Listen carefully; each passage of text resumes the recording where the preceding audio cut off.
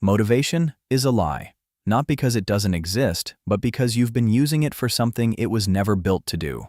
Every Monday, you start over. Every Friday, you've quit. You blame yourself. You promise to want it more next time, and the cycle resets. The reason it keeps resetting has nothing to do with discipline, and I'll show you what's actually wrong.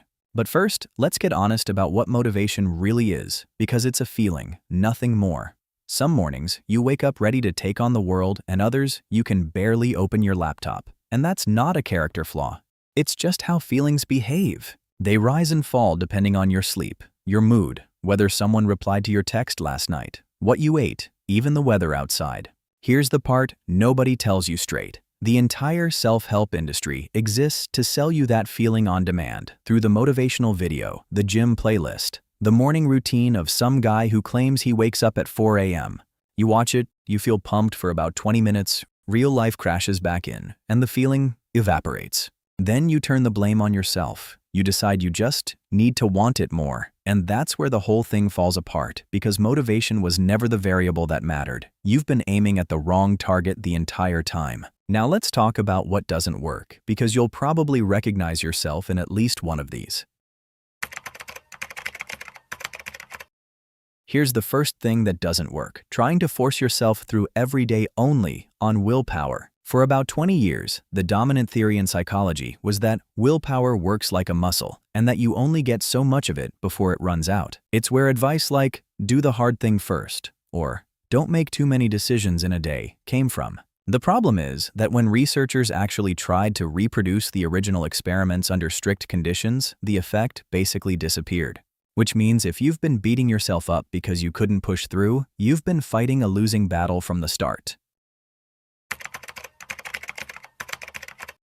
Watching motivational content as if it's a strategy, hyping yourself up, feels productive, but it's the equivalent of revving an engine in neutral. You burn fuel, you make noise, and you don't go anywhere.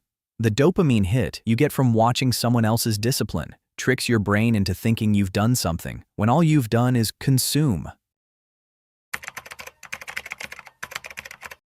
The third thing that doesn't work: going big. The classic version of this is January 1st, where you decide you're now a person who works out 5 days a week, eats clean, reads 30 minutes a night, journals every morning, and quits scrolling. 10 days later, you're back to where you started, and you've added a fresh layer of guilt on top. The reason all of this collapses is something most people don't know. A psychologist at USC named Wendy Wood spent about 30 years studying what people actually do all day, and her finding is the one that should change how you think about all of this. Roughly 43% of what you do every day is the same. Same context, same response, no thinking involved. Almost half of your life is already on autopilot before you've made a single conscious choice. So, when you try to change yourself through motivation, you're using the small, deliberate part of your brain to fight the huge, automatic part. You will lose that fight almost every single time. This is why you can read every productivity book, listen to every podcast, write down every goal in a fancy notebook, and still wake up next Tuesday doing the exact same thing you did last Tuesday. Your environment is winning. Your routines are winning. Motivation showed up to a fight it was never built to win. Okay, so if motivation and willpower don't work, what does? The first thing that works is your environment. People with high self-control aren't sitting around resisting temptation all day. They've just arranged their lives so the temptation rarely shows up in the first place. The person who doesn't snack at night isn't stronger than you. They simply didn't buy the snacks. The person who reads every night isn't more disciplined either. The book is on their pillow and the phone is charging in the kitchen. Willpower will never win in the long run. So stop trying to win that fight. Stop buying those snacks. Delete that app off the home screen. Lay out your gym clothes the night before. You're not trying to become a stronger person. You're trying to become a person whose environment quietly does half the work for them. The second thing that works is making the behavior small, almost embarrassingly small.